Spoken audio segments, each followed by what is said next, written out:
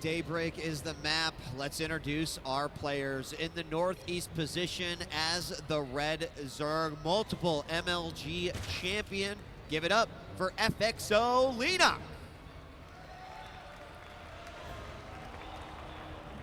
And down in the bottom left, one of the most creative and currently one of the most successful Wings of Liberty Protosses. Does he have the sauce in Heart of the Swarm or not? It is BabyKnight. And both teams kind of throwing up that cheer to FXO before the game begins, a little bit of team unity. Of course, it's all being thrown out the window right now because they are just two men on in an arena. Yeah, I mean, the gladiators are going to battle. I mean, when I was 19 and my brother was 21 and we got paired against each other in a major tournament first round, I love my brother. I spent so much time with my brother, but that day, Marcus, he was just a pile of meat. You just wanted to kill him. Yeah, I just wanted to just pound him into a smaller, soggier pile of meat, Marcus. And that is what we're going to see today. Again, BabyKnight going for the gate in main expand. Love it. Yeah, and I'm not surprised. I feel like we are seeing this a little bit more now, and it is arguably a bit safer, as a lot of things can end up happening in the long run. And Daybreak is that map that's been, you know, for a long time very Zerg favored, and then that switched up a little bit. And I would say now things have evened up a little bit. Well, what's nice about this opening is that this hasn't been as thoroughly researched. Every Zerg season early expanding, Protoss goes, dude, you know what I'm gonna do? I'm gonna take a third base. That is a great point. And as casters, it means that we can cast the game blindfolded for 15 minutes because everyone just sits on their butts, turtles, and then attacks. But with this, it's not that BabyKnight is going to go for the immediate edge. He's just going to go for the immediate different scenario. There's no chance that you can really comfortably defend that third base if you're Leenock, so you got to go two base. Yeah, and you know, doing something in this regard that you feel is going to change the course of action for your opponent is a great thing to do. A second gas is going down for BabyKnight, but more importantly, the gas went down for Leenock, which really does signify that we're not going to see that third base, at least not anytime soon.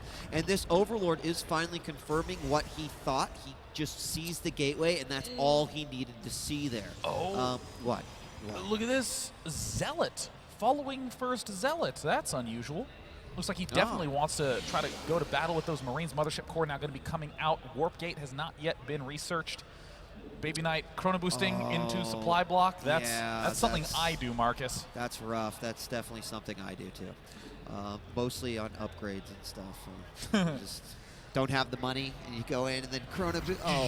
Oh my God. Well, I mean, in honesty, this is a reasonable response from Leenock. Real basic reason he's getting the gas early, get Zergling speed, and that way you can easily kill off a 4-gate or any sort of early gate pressure. Yep, and has not been started quite yet, but there we go, as he gets his first 100 gas. That Zealot goes to the third and confirms there is not a third, and that Nexus will go down for BabyKnight. But the Zerglings are out. He's going to go ahead and choose to engage here, and absolutely at least one Zealot is going to go down. Some nice accurate clicking there by BabyKnight, able to snipe off that weakened Zergling, and it looks like the Mothership Core is going to roll up. Will it snipe the weakened one as well? Oh, he does get it. Nice little control move there. Still only drones being produced by Leenock. Yeah, and that speed's going to finish, but there's only 3 Zerglings out on the field. He's going to play a little bit of cat and mouse here with the Queen. And that's so that badass. Can he get it? Does get it, but this Mothership Core is going to have a really awkward retreat path. Yeah, he's going to try to take out a few drones on the way out, and I think gets one. Not that big of a deal, but the Queen death is certainly more annoying than anything. The Mothership Core doesn't have a whole lot of option on where it goes at this point, unfortunately. Oh, I actually think BabyKnight's just going to leave it there. Okay, wait, you can do this thing that actually I can't stop laughing when I think about it. You just time bomb the workers, which is basically like preventing a 9-to-5 blue-collar guy from having a cup of coffee before work, right? They're still going to mine, but they're just going to be a little groggy while they do it. That's kind of dirty. I mean, he put himself in that position. He better would find a way to do it. Overlord speed from Leenock. Hatchery tech. You can get both Burrow and Overlord speed. So he's going to be able to suicide and see what's up. Look at Mr. Overlord poking, spotting everything. Stargate is the choice for BabyKnight. In fact, he's even going to get out of there with those Overlords, which is even better. He pokes back in with the second one. And meanwhile, it does manage to get away. The Mothership Core decided to fly through. And you know what? On the way back, I'll just nonchalantly check for that third. Oh, there's the drone that was going to build the third. Good night, denied. The Mothership Core harass, honestly, I think is probably one of the funniest things in the history of competitive gaming. You know, funny's one way to put it. Bullshit's another, but you well, know. I'm play sorry, Zerg? Protoss. I'm sorry, Protoss. Oh, great. I bet you play Zerg, Marcus. I and bet you I do. And I play Protoss. This is just a beautiful thing that we're seeing right here at this third base, Marcus. Yeah, it is. He's going to continue to go at it. I mean, is he going to be able to take it down? But I mean, actually, after an amount of time, yes. The Hydra Den is down. The Hydras will eventually come out, but it's still a ways away. I don't think he's going to kill this, but... Well, right now, Leenock's just continuing to march right on in, and oh, what hallucinated Colossus moving out? Oh, Leenock sees the two Colossi, is going to flip out, but in all honesty, it's not really going to have that much bearing on the game. Whether there are Colossi or not, Leenock can't really change what he has to build, which is just straight up Hydras. But this push, Sentry, Zealot plus Oracle, is actually going to be quite strong. Yeah, the Oracle can do an enormous amount of damage to Hydras. They don't come out with the right numbers. And, you know, there's only 3 on the field, a few links, and then there are 3. Oh my gosh, there's only 3 queens. This hatchery is going to go down. Oh my god, BabyKnight throwing for the Colossus. It's been revealed. Oh, he's just going to recall. Can he recall in time? No! No! A huge blunder. BabyKnight's in terrible shape. He's going to lose all of these units. He actually could have probably pulled that back a little bit. Oracles need to go into the main now. The Oracles need to go into the main. The Oracles, get the Oracles into the main, BabyKnight. They're not moving quite yet, and the third is going to try to go back down. Now they are in motion. However, there are already some Hydras inside. Oh, they're going to melt these guys. One will go down, yes. And the second one does survive.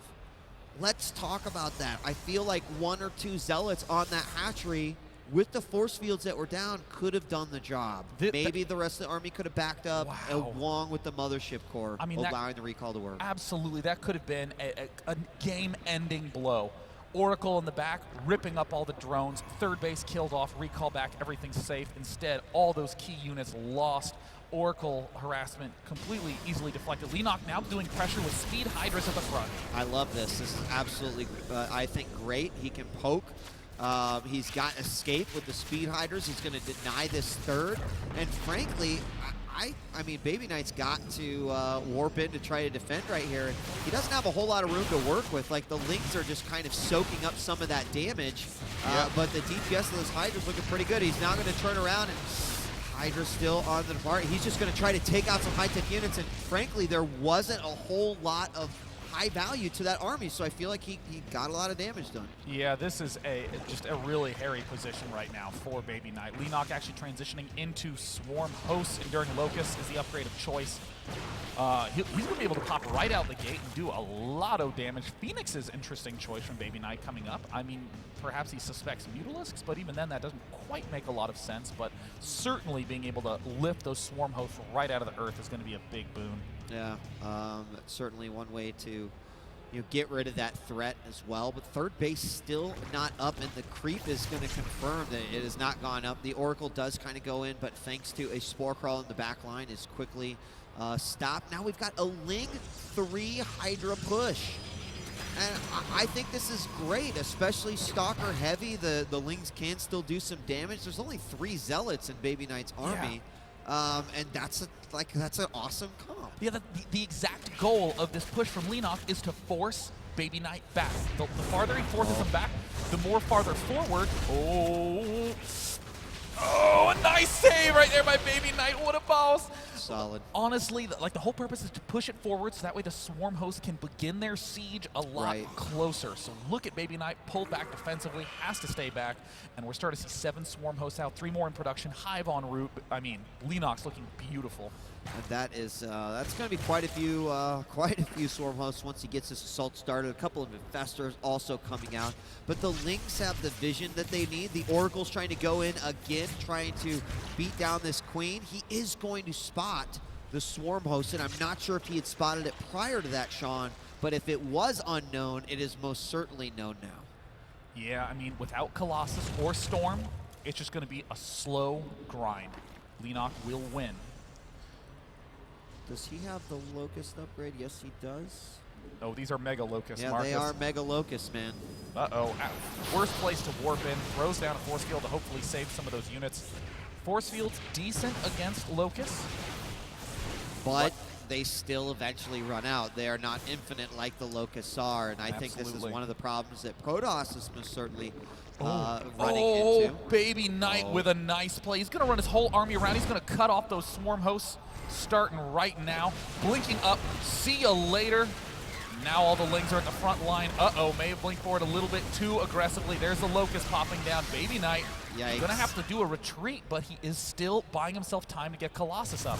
Yeah, and the Bay is about to finish, but I'm so afraid that these Swarm hosts are already in a position right now that there's not much he's going to do about this third. Nidus Worm. Nidus Worm outside the front. That's going to make it even more difficult for BabyKnight. Vipers now gobbling up some energy at the natural expansion of Leenock. There's a couple of vestigial Evo chambers there, just there to be juice for the Vipers. So we are seeing the Colossus get produced 2 at a time. Perfect timing from BabyKnight's point of view, but Leenock has even better timing. Vipers are going to nab him up right away. I mean, look at, there's nothing to stop these Swarm hosts from going into that third. He can easily just unpower that cannon with the pylon and then try to go after the Nexus. If this wave doesn't do it, not a problem. The next wave probably can, or the wave after that. And every single time that another of these comes in, BabyKnight's going to have to spend resources, and that is in units, in order to defend this. What a great play from Leenock. Leenock looking really sharp. Now rallying up Lings, Hydras, more Swarm hosts. Uh-oh, big unburrow by Leenock. He's planning a really well-timed attack right now. More Phoenixes in production. It looks like he is still going to try to lift. God. This looks so scary, Sean. I mean, Phoenixes will wipe those Vipers out almost immediately, and he abducts one.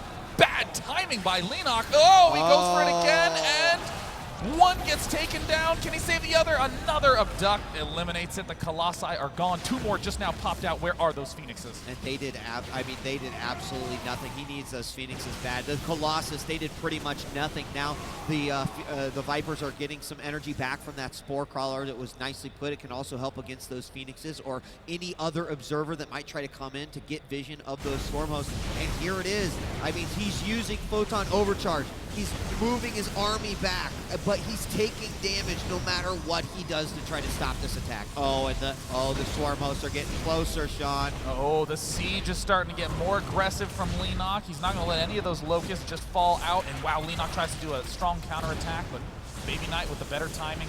And now the Locusts just target fire the Nexus. That Nexus is going to go down, Marcus. Yeah, it is. And I think this is, again, like, as a Protoss, like, I'd imagine you're saying to yourself, what am I doing here to really be able to combat this?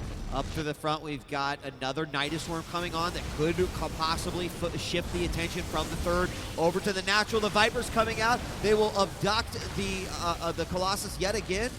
But, I mean, this is pretty much a Swarm host Viper push. And there's the next Nidus Worm up. What is coming out of here? BabyKnight still has 4 Colossi up, and the transition from Leenock is to Ling. Ultralisk Lings are going to begin counterattacking in the main. Those Phoenixes need to step up and just wipe those Vipers out of the sky. That would just be the game changer right there. It seems like every single time another wave of Locust comes out, another one is there to replace it. Ling's at the middle now. The Phoenixes do come over. He's getting assaulted from multiple times, and just by 2 Swarm hosts on the front. The third is in shambles. The third Nexus trying to go back up, but these Swarm hosts are not going to allow that to happen. Leenock, oh gosh. I mean, BabyKnight has to spend a time bomb on the Locust. BabyKnight in a rough spot. Leenock, real straightforward moves from now. Just lets more Swarm hosts pop right on out. And there's the Vipers. Will he get one? He barely doesn't. Lifts up the Infestors. And oh my god. Oh, he's moving forward. Oh my god. The Swarm hosts are in trouble. They're in a lot of trouble, and there's not another wave coming out. And this is the weakness of these Swarm hosts. He is going to unburrow, try to bring it back at least to the defensive line. But even then, there is an observer there to give vision. And Ultra. Oh my god. Ultra's at the front. Leenock's breaking into BabyKnight's main base. But it looks like BabyKnight's continuing to try to shove forward to try to take down this expansion, to try to take down this Nidus network. And it looks like BabyKnight has an enormous army size, but he is rapidly losing all his probes down to 47. I mean, the amount of Swarm Hosts that went down normally is like just amazing. But look at what he's able to do with just a few Swarm Hosts and these Ultras right in the center. He took out quite a bit of probes as well. But now this is being held off by BabyKnight. The scary thing for me to think about is what is behind this. Yes, we know the Ultras have come out for Leenock, but he's already to Hive Tech. He's already looking really good on his upgrades, and now we see a Baneling Nest coming into play. Really sensible answer. Yeah, I mean, what have we seen in this army? Pretty much no force field. It's just all Colossus. So what does that mean? Well, going to be a lot of units clustered together to try to protect those Colossus. Banelings are just going to rip right through it. Leenock loves to do this transition, but right now I don't even know if he needs to. He just has so many Ultralisks. Right now the count is up to 6. Keep in mind, those just do massive damage per swing right now, 38.